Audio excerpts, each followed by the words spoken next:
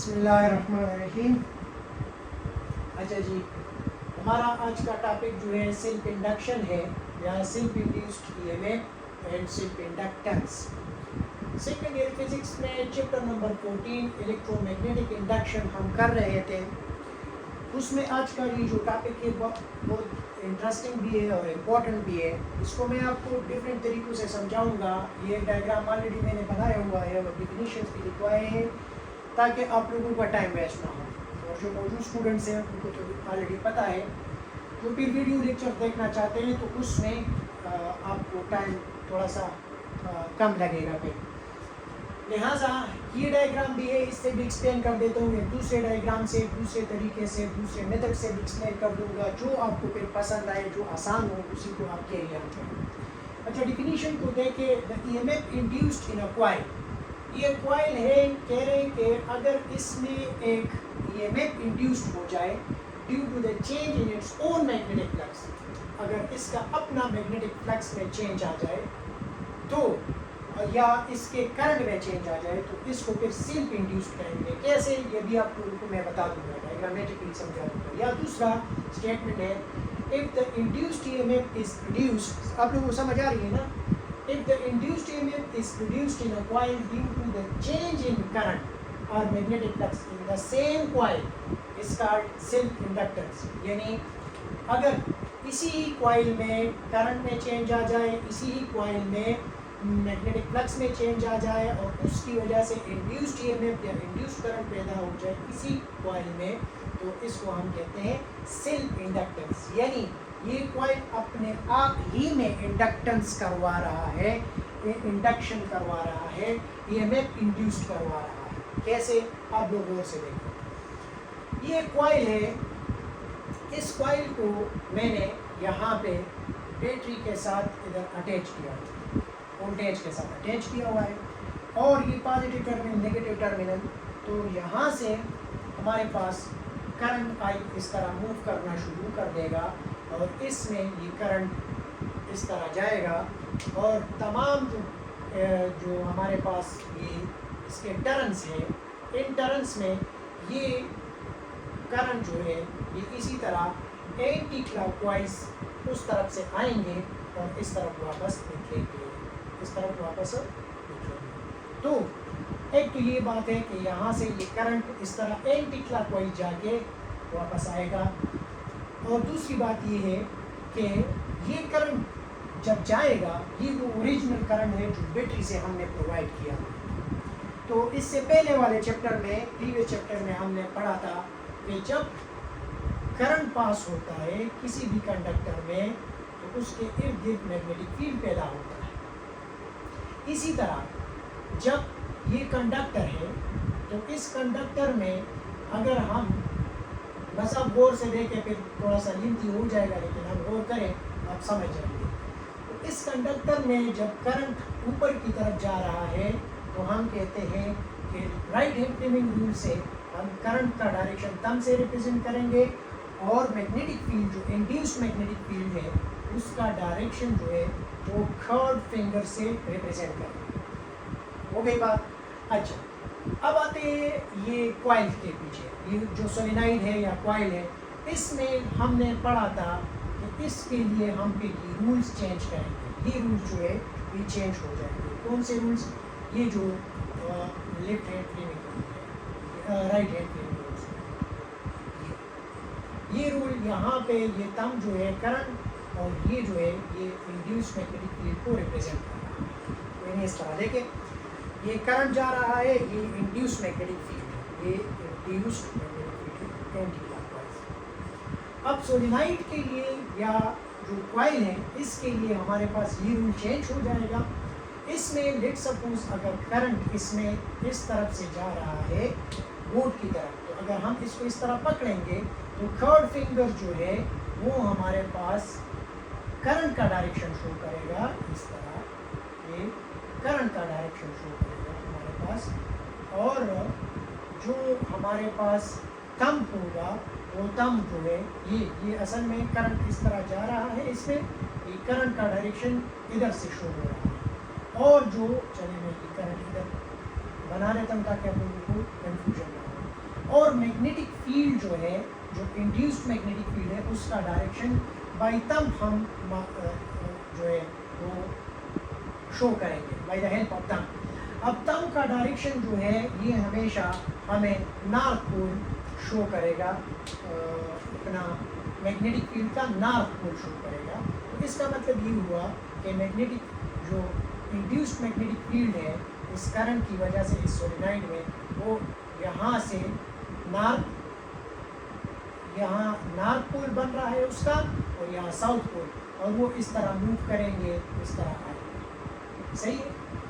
अब इसी कंसेप्ट को ज़हन में रखकर यहाँ पे आ जाए, ये जो कॉइल है ये दूसरे तरीके से मैंने बनाया हुआ है, इसमें भी ये करंट इस तरह आ रहा है।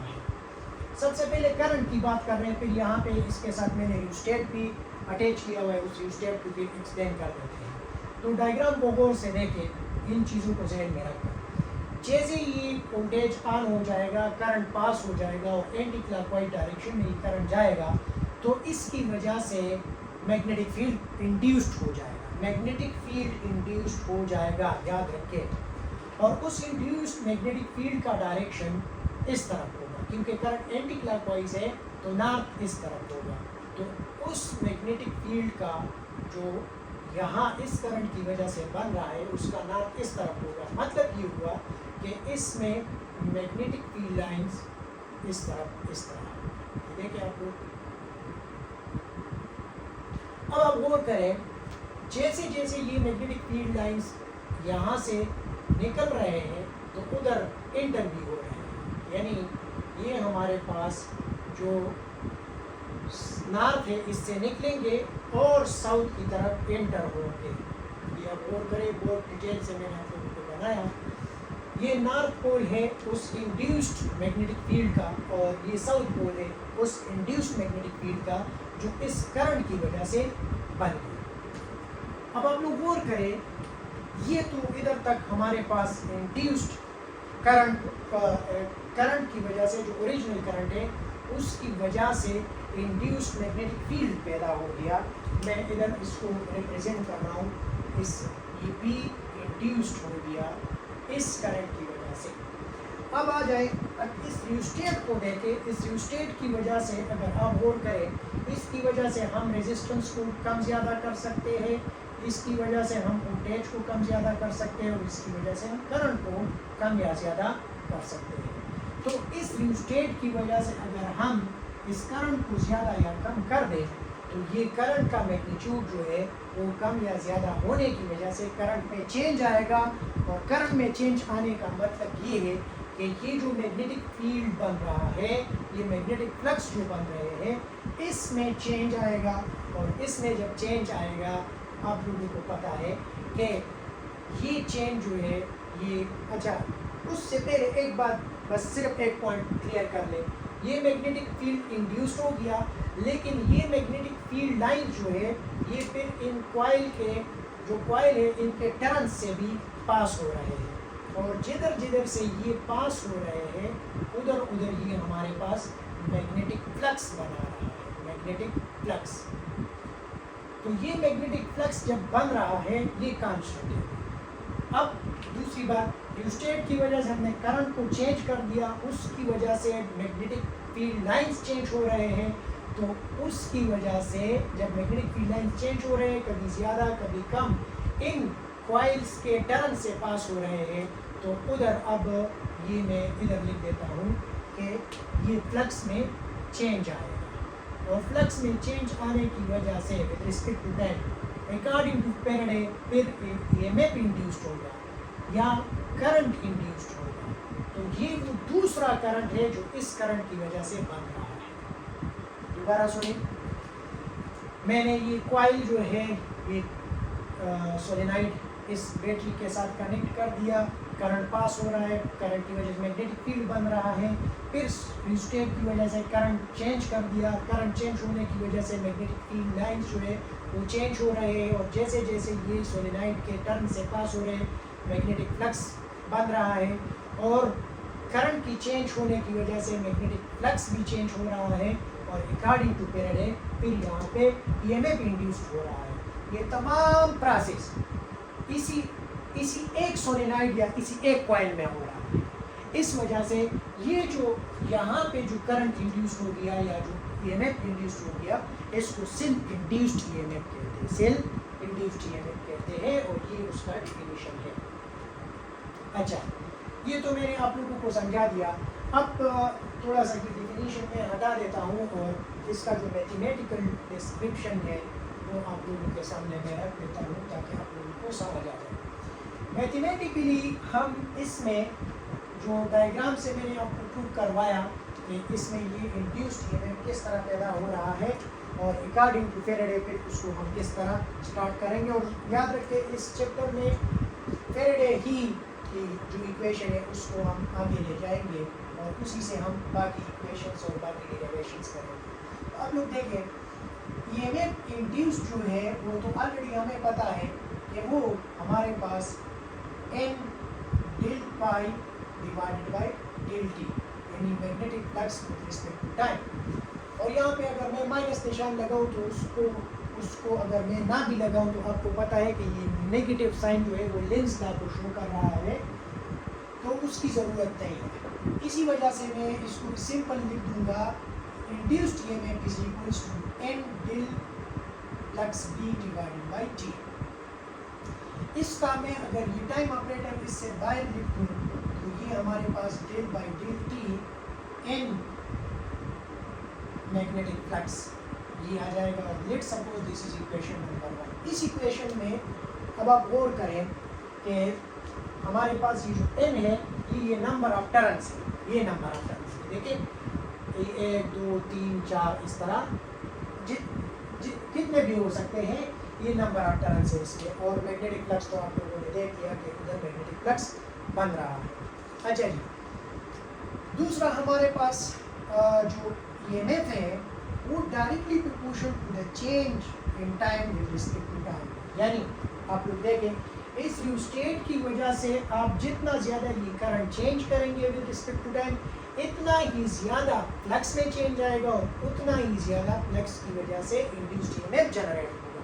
तो ये डायरेक्टली प्रोपोर्शनल है to the rate of change of current. इसको मैं सिंपली इस तरह लिख सकता हूँ कि EMF is equal to L del I divided by del T. अच्छा, इससे भी आप लोग let suppose this is equation number 2, और अगर इसको मैं इस शक्ल में लिखूँ कि ये जो टाइम ऑपरेटर है इसको बाहर लिख देता हूँ और एल आई लिख देता हूँ, ये लेट सपोज इक्वेशन नंबर 3 हो जाएगा। अब आप लोग देखें,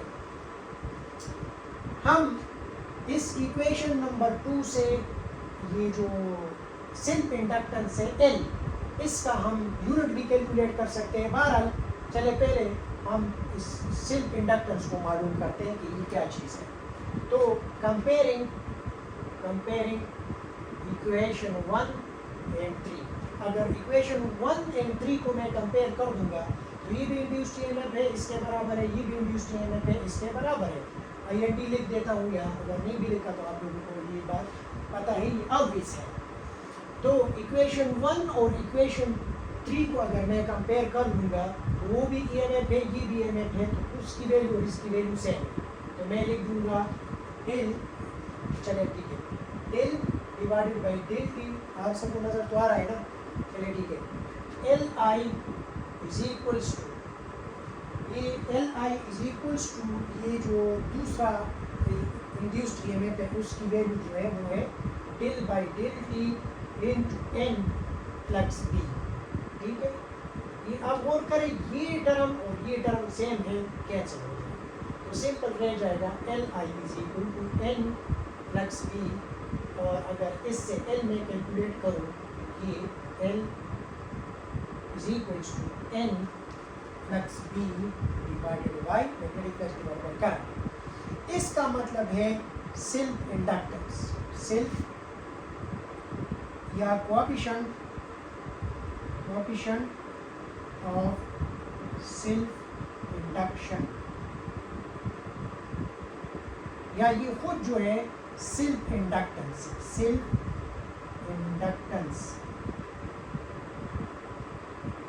इंडक्टेंस का मतलब सिंपल ये है, ये सोलेनॉइड की एक प्रॉपर्टी है।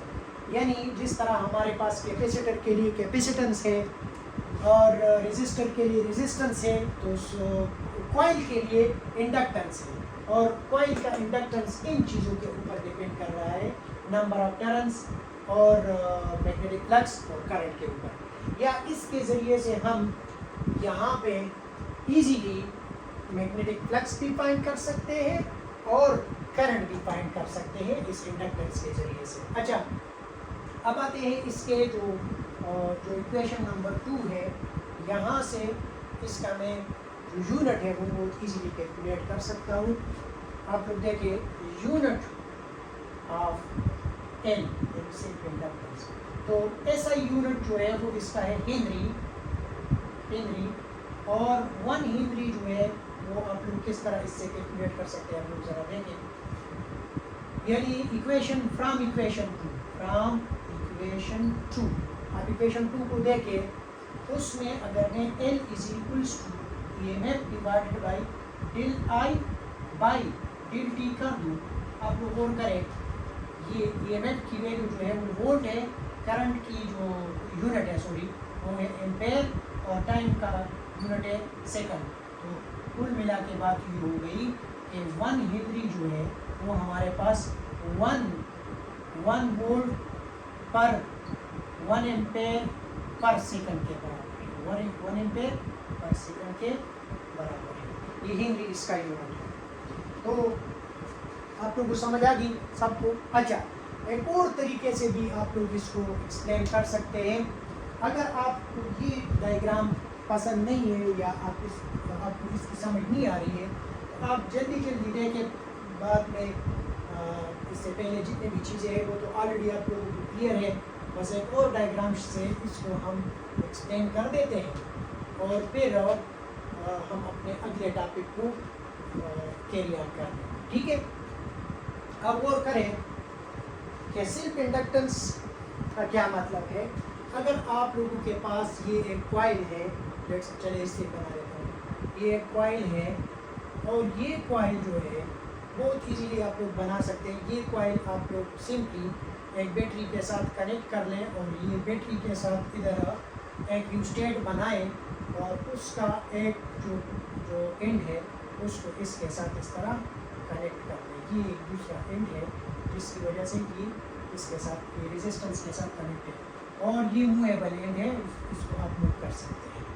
ये यहाँ पे वोल्टेज है, और उस वोल्टेज की वजह से यहाँ अब आप लोग देखें करंट में मूव करना है, और जैसे जैसे करंट ऊपर जाएगा, और फर्ज करें ये करंट जो है वो एंटी क्लॉकवाइज जा रहा है, तो एंटी क्लॉकवाइज का मतलब ये है कि ये बोर्ड से बाहर की तरफ आ रहा है, एंटी क्लॉकवाइज, ठीक है, बोर्ड से बाहर की तरफ आ रहा है। तो जब ये बोर्ड से बाहर की तरफ आ रहा है, तो इसका मतलब ये है कि जब करंट एंटी क्लॉकवाइज मूव कर रहा है इस तरह, तो अगर मैं अपने उंगलियों को करंट के डायरेक्शन में, कर्ड उंगलियों को करंट के डायरेक्शन में रखूं, तो इस कॉइल में करंट के मूव होने की वजह से जो मैग्नेटिक फील्ड पैदा होगा उसका नॉर्थ पोल इस तरफ होगा, और वो मैग्नेटिक फील्ड जो है आप लोग गौर करें वो ऐसा होगा, देखें वो मैग्नेटिक फील्ड ऐसा होगा, ये देखिए, यानी उसका नॉर्थ यहाँ होगा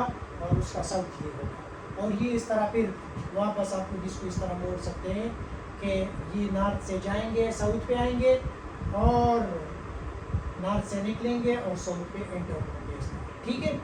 तो ये वो मैग्नेटिक फील्ड है जो कि इंड्यूस्ड मैग्नेटिक फील्ड हम इसको कह सकते हैं, ठीक है। आप लोग देखें, मैं इसको क्योंकि करंट की वजह से बना हुआ है तो इसको मैं इंड्यूस्ड कह सकता हूँ।